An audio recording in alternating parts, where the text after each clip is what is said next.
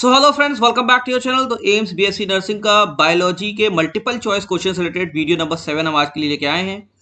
और इसमें हम बायोलॉजी के important multiple choice question concept और सोल्यूशन के साथ डिस्कस करेंगे। इसके पहले कि अगर आपको वीडियोस देखने हैं, ऊपर लिंक में एक डिस्क्रिप्शन आ रहा है, उस पर क्लिक करके पीछे के सभी बायोलॉजी और केमिस्ट्री क्वेश्चन आप देख सकते हैं। सीधे सीधे आज के वीडियो की तरफ नंबर 1 देखते हैं। क्वेश्चन नंबर 1 स्टार्ट करने से पहले हम जरूर कहेंगे हमारे चैनल को जरूर से सब्सक्राइब कर लीजिए और हमारे वीडियोस को लाइक कीजिए, जैसे हमारा मोटिवेशन बना रहे। तो क्वेश्चन है, glisten capsule covers. Glisten capsule क्या होते हैं और ये क्या चीज कवर करते हैं? हेपेटिक लोब्यूल कवर करते हैं, पैंक्रियाटिक एकानाई, गॉल ब्लैडर की स्प्लीन। तो इसका सही आंसर क्या है? इसका सही आंसर है ग्लिसन कैप्सूल कवर करते हैं हेपेटिक लोब्यूल। अब ये हेपेटिक लोब्यूल होता क्या है?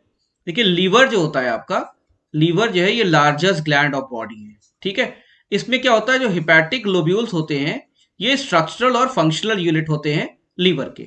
ठीक है, हेपेटिक लोब्यूल के अंदर क्या होते हैं? हेपेटिक सेल्स होते हैं जो कि कॉर्ड लाइक मैनर में अरेंज रहते हैं। अब जो हेपेटिक लोब्यूल होते हैं, जिनके अंदर हेपेटिक सेल होते हैं, ये कवर्ड रहते हैं एक कनेक्टिव टिश्यू की शीट से। कनेक्टिव टिश्यू की एक शीट रहती है, उससे कवर्ड रहते हैं। इसी शीट को हम कहते हैं ग्लिसन कैप्सूल। तो ग्लिसन कैप्सूल किसे कवर करते हैं? हेपेटिक लोब्यूल को, जिसके अंदर हेपेटिक सेल्स होते हैं। आइए देखते हैं क्वेश्चन नंबर 2। तो क्वेश्चन नंबर 2 कहता है कि अकॉर्डिंग टू चारगाफ्स रूल, तो चारगाफ रूल्स के according which is the most appropriate base pairing. ठीक है, चारगाफ रूल्स के हिसाब से कौन सी बेस पेयरिंग होनी चाहिए? ये होनी चाहिए, ये होनी चाहिए, ये होनी चाहिए कि ये होनी चाहिए? तो आपको पता है कि चारगाफ रूल के अकॉर्डिंगली तो ए तो पेयर होना चाहिए टी से और जी पेयर होना चाहिए सी से। तो सही आंसर इसका क्या है? ए टी जी सी। तो ऑप्शन नंबर बी इसका सही आंसर है। आइए चलते हैं क्वेश्चन नंबर 3 की तरफ। क्वेश्चन नंबर 3 क्या कह रहा है? क्वेश्चन नंबर 3 कह रहा है कि आपका जो ये दो फ्लावर है, अश्वगंधा एंड पिटूनिया, क्या क्या है? अश्वगंधा और पिटूनिया, ये किस फैमिली को बिलोंग करता है? तो ऐसे क्वेश्चन भी कभी कभी आ जाते हैं, इसे फैमिली पूछ ली जाती है। क्या वो सोलेनेसी है, लिलिएसी है, फेबेसी है कि ब्रेसिकेसी है? तो अश्वगंधा और पिटूनिया बिलोंग करता है सोलनेसी फैमिली को, याद रखिएगा सोलनेसी। ठीक है, अब सोलनेसी फैमिली में बहुत से मेंबर्स होते हैं, जैसे पोटैटो है आपका, ठीक है, टोमेटो है, ठीक है, ब्रिंजल है, ठीक है, आलू है, टमाटर है, ब्रिंजल है, ये सब सोलनेसी फैमिली के मेंबर होते हैं। इसी तरीके से अश्वगंधा होता है जो कि एक मेडिसिनल प्लांट है। ठीक है, मेडिसिन के लिए यूज होता है। पिटूनिया है, ये क्या है? ऑर्नामेंटल प्लांट है। ठीक है, ये दोनों भी सोलनेसी फैमिली के मेंबर होते हैं। क्वेश्चन नंबर 4 देखते हैं। क्वेश्चन नंबर 4 कह रहा है, ध्यान से देखिए, क्वेश्चन नंबर 4 कह रहा है कि how many ATP and NADPH, how many ATP and NADPH are required for fixation of 5 molecules of CO2 in C3 cycle? तो कह रहा है C3 साइकिल कैनवेल साइकिल में 5 मॉलिक्यूल CO2 को फिक्स करने के लिए कितने? 5। कितने ATP और NADPH चाहिए? तो आपको पता है कि एक CO2 मॉलिक्यूल को फिक्स करने के लिए 2 ATP और 2 NADPH चाहिए होते हैं। ठीक है, तो 5 के लिए क्या होंगे? इसको 2 से मल्टीप्लाई कर दिए, तो ऑप्शन यहां दिया हुआ है। तो सही ऑप्शन क्या है? इसका सही ऑप्शन सी वाला है, 10 ATP एंड 10 ADPH। ठीक है, एक के लिए 2 ATP 2 NADPH है, तो एक 5 मॉलिक्यूल के लिए 10 ATP एंड 10 ADPH मॉलिक्यूल चाहिए फिक्स करने के लिए। आइए देखते हैं क्वेश्चन नंबर 5। ठीक, क्वेश्चन नंबर 5 पूछ रहा है इसमें से कौन सा स्टेटमेंट रॉन्ग है। तो हमको चारों स्टेटमेंट पहले पढ़ने पड़ेंगे।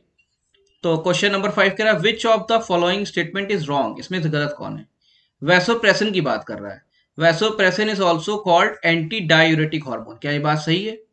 तो वैसोप्रेसिन सही में एंटी डायूरेटिक हार्मोन होता है, ये सही है। फिर आ रहा है B number, parathyroid hormone regulates metabolism of calcium, क्या ये सही है? पैराथायरॉयड हार्मोन करता है कैल्शियम का मेटाबॉलिज्म रेगुलेट, सही जवाब है ये भी। फिर oxytocin hormone helps in child birth and lactation, तो ऑक्सीटोसिन चाइल्ड बर्थ में भी हेल्प करता है और मिल्क इंजेक्शन लैक्टेशन में भी, मिल्क मदर्स में हेल्प करता है, तो ऑक्सीटोसिन ये भी सही है। फिर ये कह रहा है कि insulin helps in increase of blood sugar in blood stream, क्या इंसुलिन से ब्लड शुगर ब्लड स्ट्रीम में बढ़ता है? तो ये ऑप्शन गलत है। क्यों? इंसुलिन क्या करता है? इंसुलिन हेल्प करता है कि ब्लड शुगर जो हो वो सेल के अंदर मूव कर जाए, ठीक है, और ब्लड स्ट्रीम में ना रहे। ठीक है, तो इंसुलिन का काम ही यही है कि ब्लड शुगर को मूव करा दे बॉडी सेल्स के अंदर और ब्लड स्ट्रीम में शुगर लेवल ना रहे, जैसे शुगर लेवल ना बढ़े। तो ब्लड लेवल तो इंसुलिन की वजह से आपका ब्लड स्ट्रीम में कम होना चाहिए, ना कि बढ़ना चाहिए। तो ऑप्शन नंबर डी इसमें रॉन्ग है। ठीक है, ये क्वेश्चन नंबर 6 देखिए, the pollen tube enters the ovule.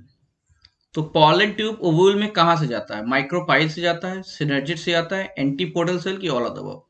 तो पॉलन ट्यूब ओव्यूल में जाता है माइक्रोपाइल से। तो ऑप्शन नंबर ए इसका सही है। आते हैं, देखते हैं क्वेश्चन नंबर 7। पूछ रहा है पॉलिनेशन अकर्स इन, पॉलिनेशन किस में होता है? ब्रायोफाइट्स एंजियोस्पर्म्स में होता है, एंजियोस्पर्म टेरिडोफाइट्स में होता है, कि एंजियोस्पर्म जिम्नोस्पर्म्स में होता है, कि एंजियोस्पर्म फंजाई में आता है? तो पॉलिनेशन किस में होता है? पॉलिनेशन होता है एंजियोस्पर्म्स और जिम्नोस्पर्म्स में। ठीक है, पॉलिनेशन मतलब क्या होता है? Transfer of pollen grains from anther to stigma of pistil. ठीक है, तो एंथर से पॉलन ग्रेन कहां जाता है? स्टिग्मा में।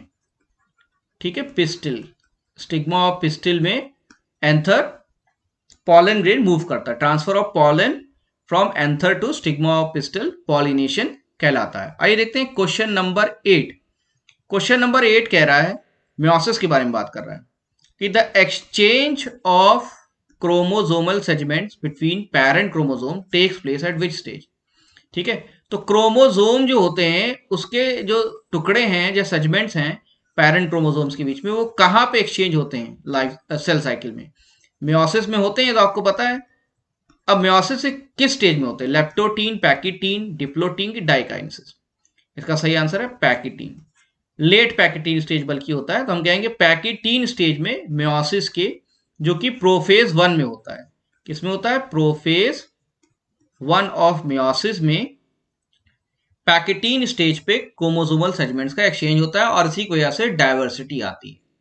आइए देखते हैं क्वेश्चन नंबर 9। क्वेश्चन नंबर 9 कह रहा है, हु अमंग द फॉलोइंग, इनमें से कौन, was the first to propose the natural system of classification? सबसे पहले किसने नेचुरल सिस्टम ऑफ क्लासिफिकेशन दिया था? हटकिंसन थे, विटेकर थे, बेंथम हुकर थे, कि रॉबर्ट हुक थे? सही आंसर से क्या है? नेचुरल सिस्टम ऑफ क्लासिफिकेशन सबसे पहले बेंथम और हुकर ने दिया था। क्वेश्चन नंबर 10 देखते हैं। देखिए इंपॉर्टेंट क्वेश्चन। क्वेश्चन नंबर 10 कह रहा है, B cells and T cells, immunity की बात हो रही है, तो बी सेल और T cell required for acquired immune response, acquired immune response रहता है इसका, ये कहां बनती है? बी सेल और टी सेल थाइमस से बनती है, बोन मैरो में बनती है, कि थाइमस और बोन मैरो दोनों में बनती है, कि लिम्फ नोड से बनती है?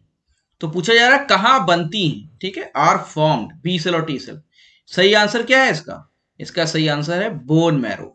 याद रखिएगा, बी सेल और टी सेल दोनों ही बोन मैरो में ही बनती है। मैच्योर अलग जगह होती है, लेकिन बनती कहां है?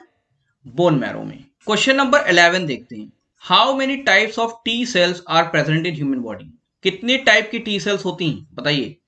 4 होती हैं, 3 होती हैं, 2 होती हैं, कि 10 होती हैं? पता है आपको इम्यून रिस्पॉन्स में इनका रोल है। तो टी सेल जो होती हैं वो 4 टाइप की होती हैं, 4 टाइप्स की। कौन कौन सी होती हैं? एक हेल्पर टी सेल होती हैं, जिनको हम CD4 भी कहते हैं।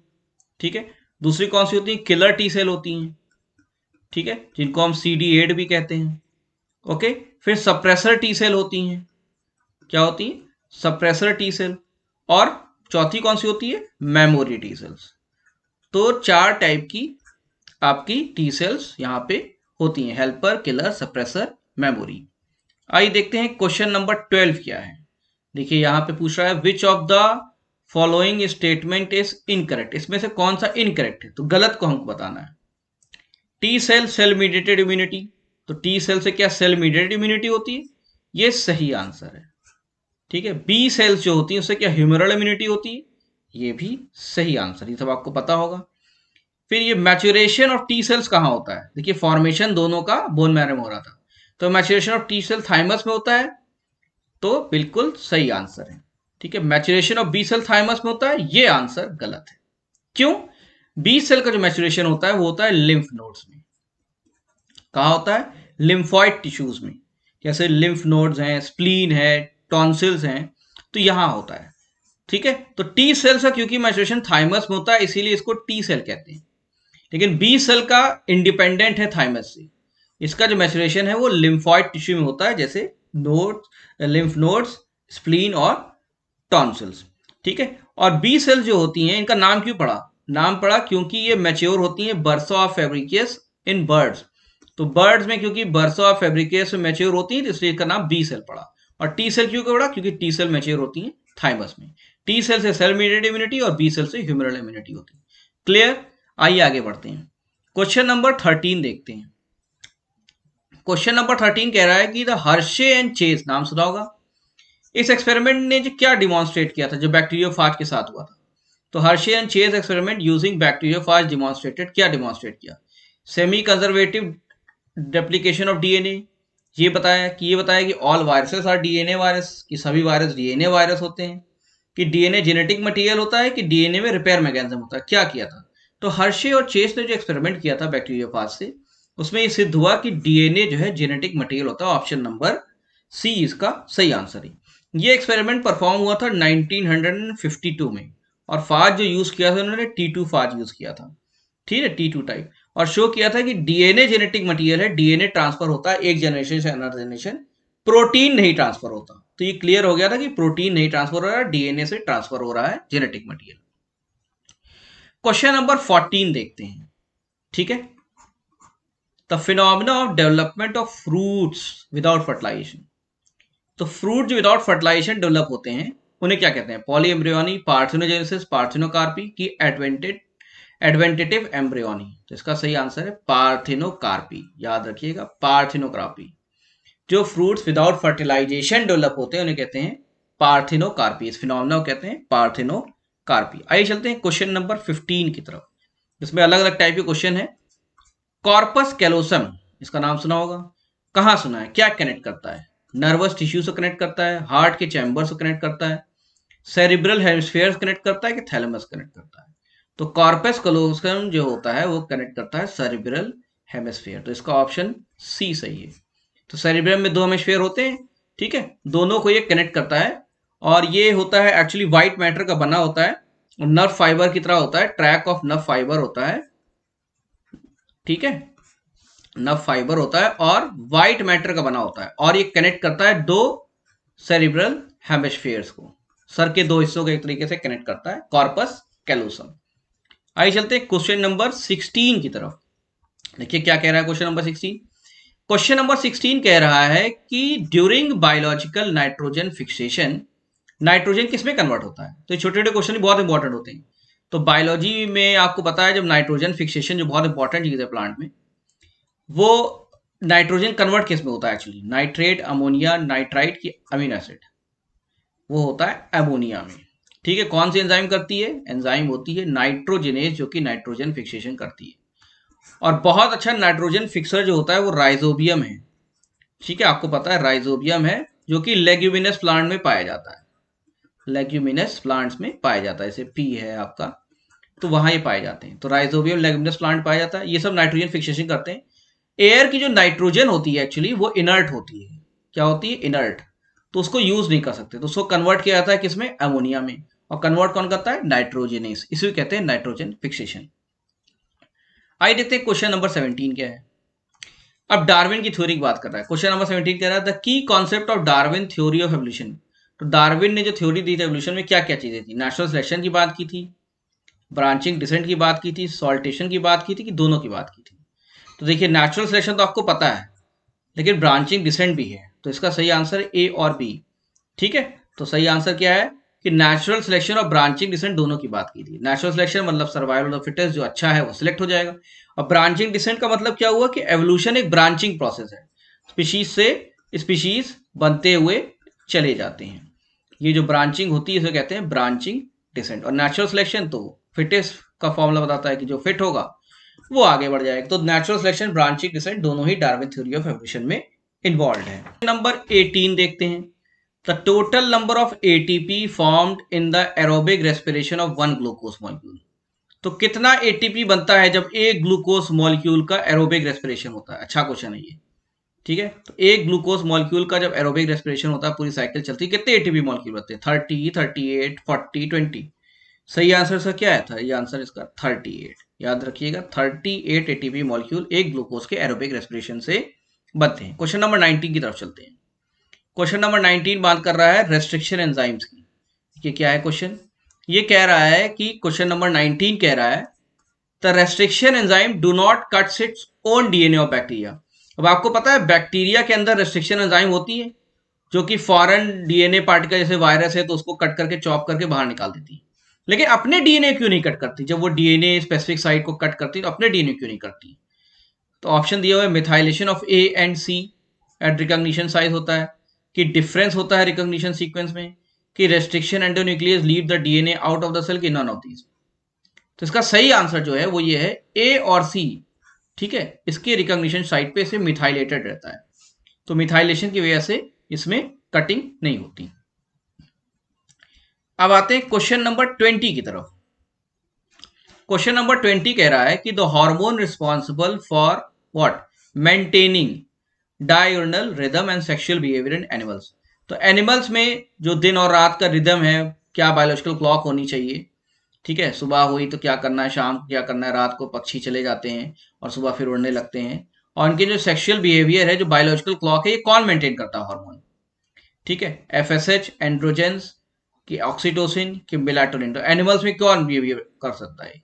तो ये करता है मेलाटोनिन। क्या करता है? मेलाटोनिन। मेलाटोनिन जो हार्मोन है ये सीक्रेट होता है पीनियल ग्लैंड से। ठीक है, किससे होता है? पीनियल ग्लैंड से होता है, और यही डायurnal रिदम और सेक्सुअल बिहेवियर को मेंटेन रखता है, बायोलॉजिकल क्लॉक को मेंटेन रखता है। ठीक है, आइए चलते हैं नेक्स्ट क्वेश्चन पे, क्वेश्चन नंबर 21। अब ये कह रहा है question number 21 the purpose served. क्या पर्पस सर्व्ड होता है? By keeping bee hives in crop field is to increase. अगर हम बी हाइव मतलब मधुमक्खियों के छत्ते को अगर क्रॉप फील्ड में रखें तो क्या फायदा है? मधुमक्खी के छत्तों को क्रॉप फील्ड में रखने से क्या फायदा है? कहीं और रखें खाली जगह पे, लेकिन रखा जाता है। क्यों रखा जाता है? उससे दो फायदा होता है। क्या फायदा, क्या इंक्रीज होता है? क्रॉप यील्ड बढ़ता है, हनी यील्ड बढ़ता है, वीड्स मतलब जो खराब पेड़ होते हैं उनका यील्ड बढ़ता है, कि ए और बी दोनों? तो इसका सही आंसर ए और बी। अगर आप बी हाइव को क्रॉप फील्ड में रखेंगे तो हनी तो बढ़ेगा ही बढ़ेगा, क्योंकि मिलना ही मिलना है। क्रॉप यील्ड भी बढ़ता है। क्यों? क्योंकि जो बीज होती हैं वो बहुत अच्छी पॉलिनेटर हैं, तो ये पॉलिनेशन कैरी आउट करती हैं, बहुत अच्छी तरीके से जो है ये पॉलन ग्रेन्स का ट्रांसफर कर सकती हैं, और ये पॉलिनेटर है इसलिए क्रॉप की यील्ड भी इससे बढ़ेगी। आइए चलते हैं क्वेश्चन नंबर 22 की तरफ। ठीक है, क्वेश्चन पूछा गया है dysentery is caused by. Dysentery, ठीक है, डिसेंट्री नाम दिया है, तो डिसेंट्री किससे होती है? बैक्टीरिया से होती है, फंजाई से होती है, प्रोटोजोआ से होती है, किससे होती है? तो डिसेंट्री है तो डिसेंट्री प्रोटोजोआ से होती है, जैसे एमीबिक डिसेंट्री है। ठीक है, एमीबियासिस भी जिसे कहते हैं। ठीक है, तो ये जिस प्रोटोजोआ से होती है उसका नाम है एंटा अमीबा हिस्टोलिटिका। ठीक है, एंट अमीबा हिस्टोलिटिका से ये डिसेंट्री होती है, और ये क्या है? प्रोटोजोआ है। तो dysentery is mainly cause by protozoa. तो फ्रेंड्स, हमारे थे आज के क्वेश्चन, और हमारे चैनल के साथ बने रहिए, ऐसे क्वेश्चन हम आपके लाते रहेंगे।